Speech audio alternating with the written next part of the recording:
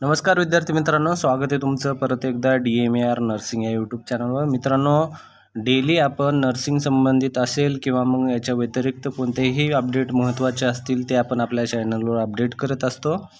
तर आज आपण खूप महत्त्वाचा अपडेट आणलोय। नवोदय विद्यालय समिती पुणे यामध्ये वॅकन्सी आहे। तर व्हिडिओ पूर्ण पहा, व्हिडिओला स्किप नका करू। जर तुम्ही स्किप केला तर पुन्हा तुम्हाला माहिती मिळणार नाही।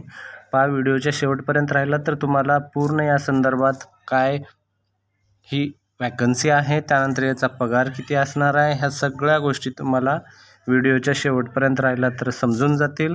आणि जे कोणी ह्या चॅनलला आपल्या नवीन आला असेल तर चॅनलला सबस्क्राईब करायला पण विसरू नका आणि बेल आयकॉन बटन पण दाबून ठेवा, जेणेकरून लवकरात लवकर जी पहिली अपडेट असेल ती तुम्हाला लगेच येऊन जाईल।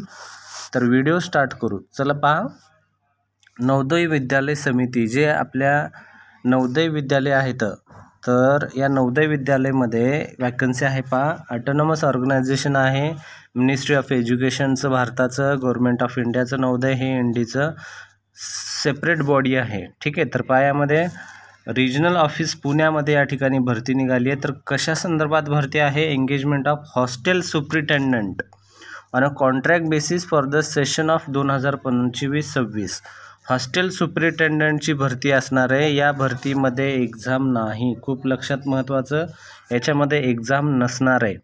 ठीक आहे, तर पहा हॉस्टेल सुप्रिटेंडंट काम पण काही नाही आहे, खूप चांगली भरती असणार आहे हॉस्टेल सुप्रिटेंडंट। ठीक आहे, तर या संदर्भात ही भरती आहे। तर चला, याची पगार पण खूप चांगली आहे। ऑलरेडी मी तुम्हाला सांगितलं याची पगार खूप चांगली आहे, थंबनेलवर मी तुम्हाला शो केलेला आहे। तर त्यानंतर पुढं पायामध्ये काय आहे, काही महत्त्वाचे पॉईंट्स त्यांनी केलेले आहेत, दाखवले आहेत। Navodaya Vidyalaya Samiti intends to engage the hostel superintendent on a contract basis. भरती पूर्णपणे कॉन्ट्रॅक्ट बेसिसमध्ये असणार आहे। इन जवाहर नवोदय विद्यालय रेसिडेन्शियल को एज्युकेशनल स्कूल हॅव्हिंग क्लास। ठीक आहे, त्यामध्ये 6वी ते 12वी मध्ये online application are invited from the eligible candidates for the contract engagement. ठीक आहे, तर भरती ही कॉन्ट्रॅक्टमध्ये असणार आहे for the academic session of 25-26 2025-26 साठी। For detail notification please visit Navodaya Vidyalaya Samiti, ठीक आहे, पुणे या वेबसाईटवर। तर ती वेबसाईट ही अशा प्रकारे आहे, नवोदय विद्यालय समिती ro.pune.lap.com.in। ठीक आहे, तर ही वेबसाईट आहे। परत एकदा पहा, नवोदय विद्यालय समिती ROP पुणे LAP.co.in। ठीक आहे, तर ही वेबसाईट असेल, ह्या वेबसाईटवर तुम्हाला पूर्ण माहिती भेटून जाईल। त्यानंतर रेम्युनरेशन म्हणजे तुमचा पगार किती असणार आहे, तर पगार हा पहा 35,750। मला नाही वाटत 35,750 हे कोणत्याही बिना परीक्षेच्या भरतीमध्ये तुम्हाला एवढा पगार भेटेल। ठीक आहे, 35,750 हे खूप चांगला पगार आहे, 35,700। त्यानंतर तुम्हाला इसेन्शियल क्वालिफिकेशन काय काय लागणार आहेत, तर पायामध्ये इसेन्शियल क्वालिफिकेशन आहेत ग्रॅज्युएट इन एनी डिसिप्लिन। ठीक आहे, तर सगळ्यात महत्त्वाचं तुम्ही ग्रॅज्युएट असणं गरजेचं आहे।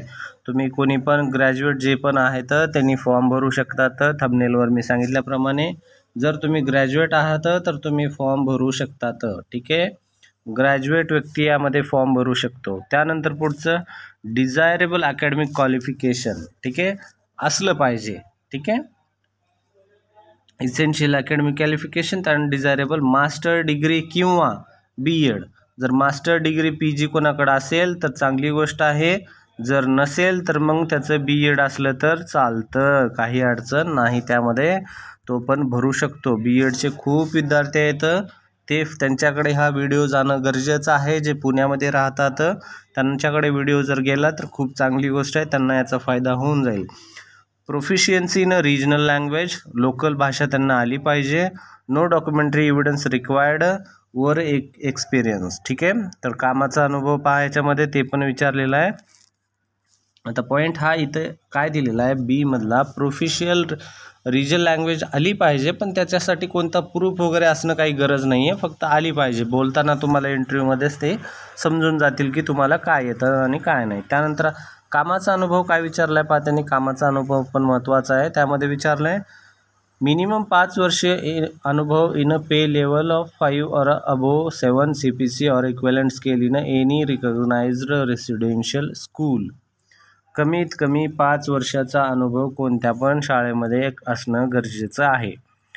त्यानंतर मिनिमम 7 वर्षाचा अनुभव pay not less than 29,200 per month in any recognised school residential school.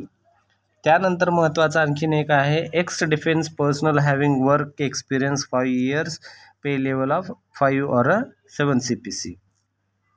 त्यानंतर minimum 3 years of experience required in Jawaharlal Navodaya Vidyalaya. जर तुम्ही ऑलरेडी याच्यामध्ये असेल तर 3 वर्ष. आता पहा हे एक महत्त्वाचा तुम्हाला याचा पॉईंट सांगतो याच्या संदर्भात.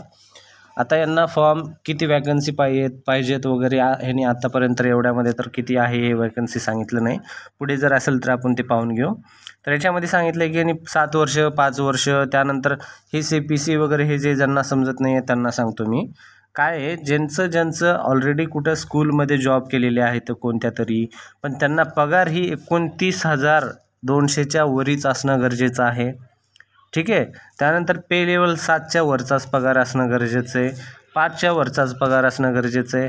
जर आता हे विद्यार्थी त्यांना नाही भेटले, हे फॉर्म विद्यार्थी त्यांना भेटलेच नाही भरलेले, तर तुम्ही जे कोणते विदाऊट अनुभवाचे फॉर्म भरले तुम्ही, ठीक आहे, तर तुमचा विचार केला जाऊ शकतो. कारण आता विद्यार्थी त्यांना हे जे पाहिजे त्यांच्यासाठी जॉबसाठी, पण त्यांना हे जर फॉर्म आलेच नसतील, तर हे फॉर्म आलेच नसल्यावर तुम्हाला त्यांना कोणाला तरी तिथं हॉस्टेल सुप्रिटेंडंट म्हणून पाहिजे ना त्यांना. तर त्यांना हे तुम्ही जे फॉर्म भरणार आहेत विदाऊट एक्सपिरियन्सवाले तर तुम्ही भरून टाका. हे त्यांना जर हे नाही आले तर तुमचं तर नंबर चान्सेस असू शकतात. त्यामुळं भरण्याचं काहीच अडचण नाही आहे मला असं वाटतं, फॉर्म भरून टाकायचं. ठीक आहे. त्यानंतर पुढं मिनिमम 3 वर्ष जे ऑलरेडी JNUमध्ये कॉन्ट्रॅक्ट बेसवर वगैरे जॉब केलेले आहेत तर त्यांना हे 3 वर्षाचंच प्राधान्य दिलेलं आहे.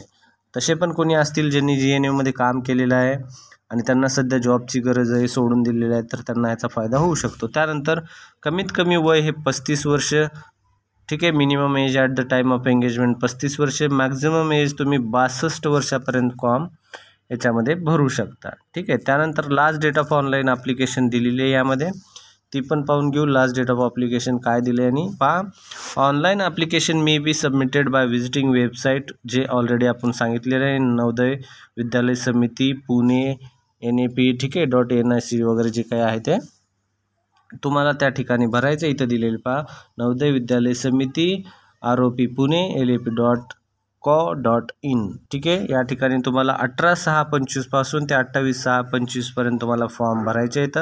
खूप महत्त्वाचं आहे हे पहा, सगळ्यांनी पाहून घ्या ही तारीख. तुम्हाला वेबसाईटवर फॉर्म भरायचं आहे, ऑनलाईन फॉर्म भरायचा आहे.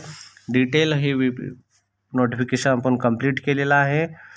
तारीख लक्षात असू द्या 28/6/25. ठीक आहे. त्यानंतर पहा रेफरचं लिस्ट जे आहे, त्यानंतर पुढं काय पॉईंट दिले तर refer the list candidate selected under the previous notification dated 25 this uploaded to US website. Selected candidate need not to apply to this notification. Already ज्यांनी सिलेक्टेड वगैरे झालेले तर दुसऱ्या याच्यामध्ये, तर त्यांनी याच्यामध्ये फॉर्म भरायचं नाही आहे. ठीक आहे.